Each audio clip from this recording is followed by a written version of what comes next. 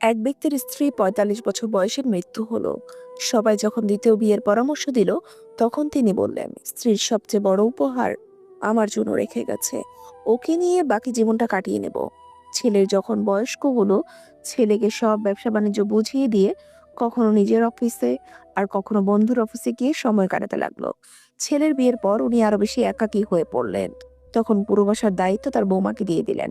ছেলের বিয়ের ১ বছর পর উনি খাবার খাচ্ছিলেন দুপুরে। অফিস থেকে এসে হাত মুখ ধুয়ে খাবারের জন্য তৈরি হচ্ছিল ছেলে। ছেলে শুনতে পেল বাবা খাবারের পর দই চাইলেন। বৌমা জবাব দিলেও আজকে ঘরে কোনো দই নেই। খাবার খেয়ে বাবা হাঁটতে চলে গেল। কিছুক্ষণ পর ছেলে তার বৌমার সঙ্গে খেতে বসলো। খাবার টেবিলে পাত্র ভরা দই ছিল, কিন্তু ছেলে কিছু না বলে, কোনো প্রতিক্রিয়া না জানিয়ে খাবার খেয়ে সোজা অফিসে চলে গেল। কিছুদিন পর ছেলে নিজের বাবাকে বলল, আজ তোমাকে কোর্টে যেতে হবে বাবা, আর আজ তোমার বিবাহ হয়েছে। পিতা আশ্চর্য হয়ে ছেলের দিকে তাকিয়ে বলল, বাবা, আমার কোনো বিয়ের দরকার নেই। আমি তোমাকে এত বেশি স্নেহ দিই যে তোমার কোনো মায়ের দরকার নেই। তাহলে আবার বিয়ে করতে হবে কেন? ছেলে বলল, বাবা, না আমি নিজের জন্য মা আনছি, না নিজের স্ত্রীর জন্য শাশুড়ি আনছি। আমি তো কেবল তোমার জন্য দইয়ের ব্যবস্থা করব।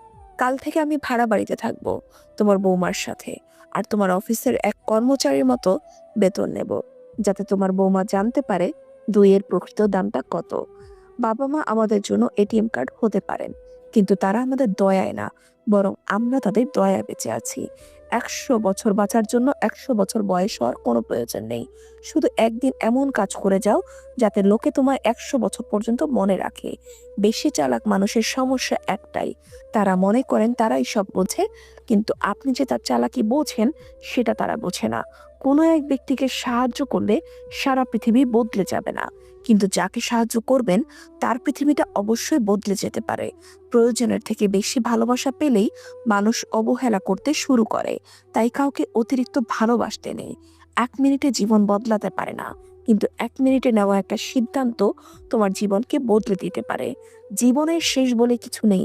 রাত যত গভীর হবে, সকাল ততই তাড়াতাড়ি হবে।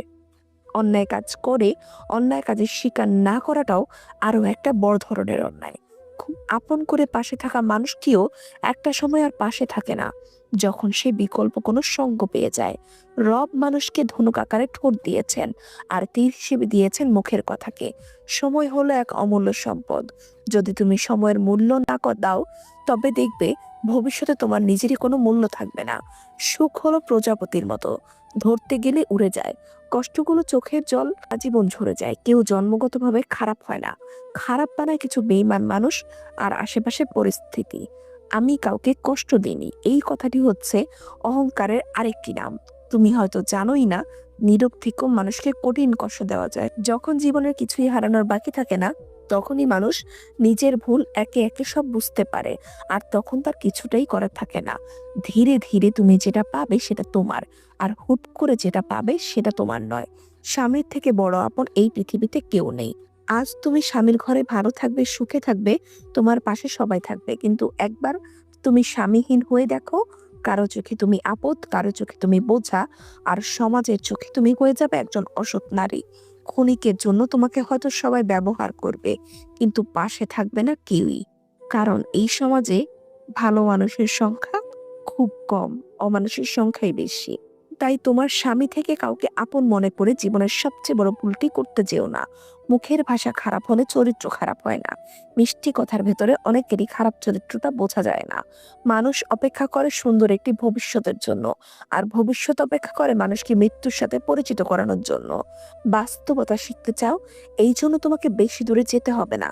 বিপদে পড়লে তোমার প্রতিষ্ঠিত বন্ধুটির কাছে যাও এবং শিখে নাও বাস্তবতা কি জিনিস।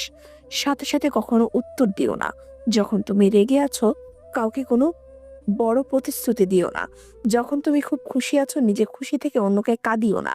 শেষটা কিন্তু সামলাতে পারবে না। মনে রাখবে, ভালো সময় যেভাবে এসেছে, খারাপ সময় আসতে পারে। মানুষের ভালো সময় ও খারাপ সময় কখনোই স্থির থাকে না। মানুষ ঘর বদলায়, মানুষ সম্পর্ক বদলায়, মানুষ বন্ধু বান্ধব বদলায়, তবুও তাদের সমস্যা শেষ হয় না। এর কারণ হলো সে নিজেই বদলায় না। কিছু স্ত্রীদের স্বভাব এমন হয় যে তা সব সময় তাদের স্বামীর কাছ থেকে সবকিছু পাওয়ার পরেও অন্যজনের স্বামীকে কি করে এই বিষয় নিয়ে নিজের স্বামীর সাথে তুলনা করে। তবে স্বামীর উচিত তার স্ত্রীকে বুঝাই বলা, এগুলো করা ঠিক না। অন্যের বিষয়ে কান না দিয়ে নিজের দিকে দেওয়াটাই ভালো, তাহলে এই সংসারে সুখ আসবে। নাইলে একটা সময় ওই সংসারটা সুখ থেকে দুঃখে পরিবর্তন হয়ে যাবে। আপনার স্ত্রীর মধ্যে এই ৩টি লক্ষণ দেখলে বুঝবেন সে অন্য কোনো পুরুষের সাথে কিছু একটা করে। নাম্বার ১, আপনি যখন রাতে তাকে কাছে পাওয়ার জন্য ডাকবেন, যদি দেখেন তার কোনো আগ্রহ নেই এবং আপনাকে বিভিন্ন অজুহাত দেখাচ্ছে এটা না করার জন্য, তবে বুঝে নেবেন সে অন্য পুরুষের স্পর্শ পেয়েছে। নাম্বার ২, হঠাৎ করে যদি নিজের চেহারা বা সাজগোজের প্রতি খেয়াল করে। নাম্বার ৩, যদি বিভিন্ন ধরনের অজুহাত দেখিয়ে একা একা বাইরে যাওয়ার চেষ্টা করে, তখন নিজের সন্দেহ বাড়ান। ঘুম আসে না দুটো চোখে, হারায় মুখের হাসি। মানুষ এখন রোগে কম মরে, ভালোবেসেই মরে বেশি। মাঝে মাঝে মনে হয় জীবনে কিছু কিছু মানুষের সাথে পরিচয় না হলেই বোধহয় ভালো হতো। ফিরে যেতে হবে জেনেও যখন পৃথিবীতে আসা, হাসি মুখে জয় করে নাও সকলের ভালোবাসা।